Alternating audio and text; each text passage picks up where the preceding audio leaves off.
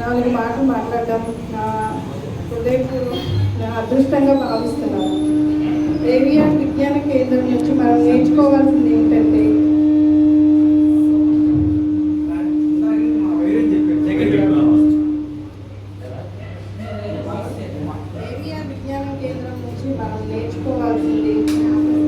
ఓర్పు, సహనం, మంచితనం, మానవత.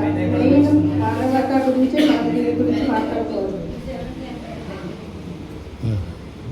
నేను 3 ఏళ్ళ నుంచి బాలోత్సవాలు పార్టిసిపేట్ చేస్తున్నాను. దాంట్లో జడ్జిగా కూడా నేను పార్టిసిపేట్ చేశాను. ఆ టైంలో నాకు మన ఆలపాటి నాగేశ్వరరావు సార్ గారు ప్లస్ గంగా భవానీ మేడం గారు ఇద్దరు నాకు పరిచయం అయ్యారు. వాళ్ళు ఈరోజు లేకపోవడం చాలా బాధాకరం.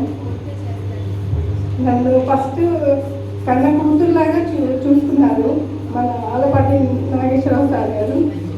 ఈరోజు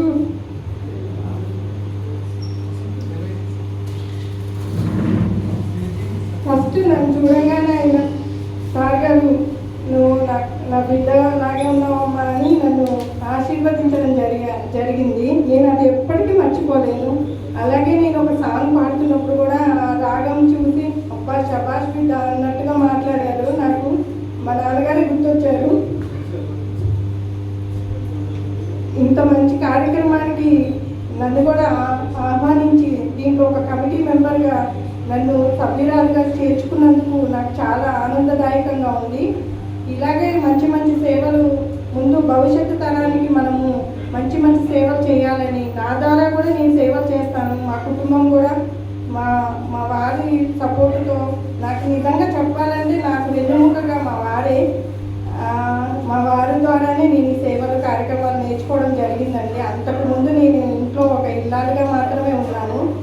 నాలో ఉన్న టాలెంట్ కూడా ఇంట్లో ఉండకూడదు. నువ్వు బయటకు వస్తేనే నువ్వు సమాజం పట్ల వాళ్ళ పట్ల మా మమకారం, ఆ సమాజంలో మనం ఎలా అభివృద్ధి చెందాలి అంటే మనం ఇంట్లో కూర్చుంటే ఏమీ సాధించలేము. మనం బయటికి వెళ్తేనే నలుగురితో కలిసి సహాయ కార్యక్రమాలు ఎలా చేయాలి అనేది మనం నేర్చుకోగలుగుతాం అనేది మా వారు నాకు చాలాసార్లు చెప్పేవారండి. అప్పుడు చిన్నపిల్లల వల్ల కొన్ని ఇట్లా కార్యక్రమాల్లో నేను పార్టిసిపేట్ చేయలేకపోయేదాన్ని. ఇప్పుడు కొన్ని వాటిలలో వస్తూ ఉన్నానండి.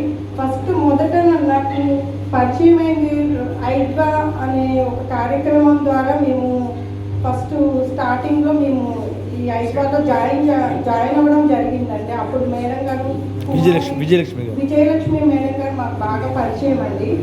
ఐడ్వాలో అప్పుడు చాలా ఎక్కువ మహిళలే ఎక్కువగా చేసేవాళ్ళండి. ఇప్పుడు కొంచెం మహిళలు తగ్గారని చెప్పచ్చు. నేను ఆ రోజు చూసినప్పుడు లాయర్ కానీ డాక్టర్ కానీ అందరూ మహిళలే ఉన్నారు. ఆ రోజు ఆ మేడం గారు అలా మాట్లాడుతూ వాళ్ళందరూ ఆ సేవా కార్యక్రమాలు చేస్తున్నప్పుడు ప్రతి ఒక్క ఆడపిల్ల వీళ్ళని చూసి ఎంతో నేర్చుకోవాలి అనే తత్వంలో నేను ఆ రోజు కొన్ని గమనించి అంటే మన సీనియర్స్ కదండి, ఫస్ట్ వాళ్ళకి మనము గౌరవించి వాళ్ళని ముందు ఉన్న తర్వాత మనం జూనియర్స్గా ఉన్నప్పుడు మనం ఉండాలన్నది నేను ఆ రోజు నిర్ణయించుకున్నానండి. ఈ కార్యక్రమాన్ని నన్ను కూడా ఆహ్వానించి ఈరోజు ఈ కార్యక్రమం మంచి సజీవంగా జరిగిందని కోరుకుంటూ మనస్ఫూర్తిగా థ్యాంక్ యూ.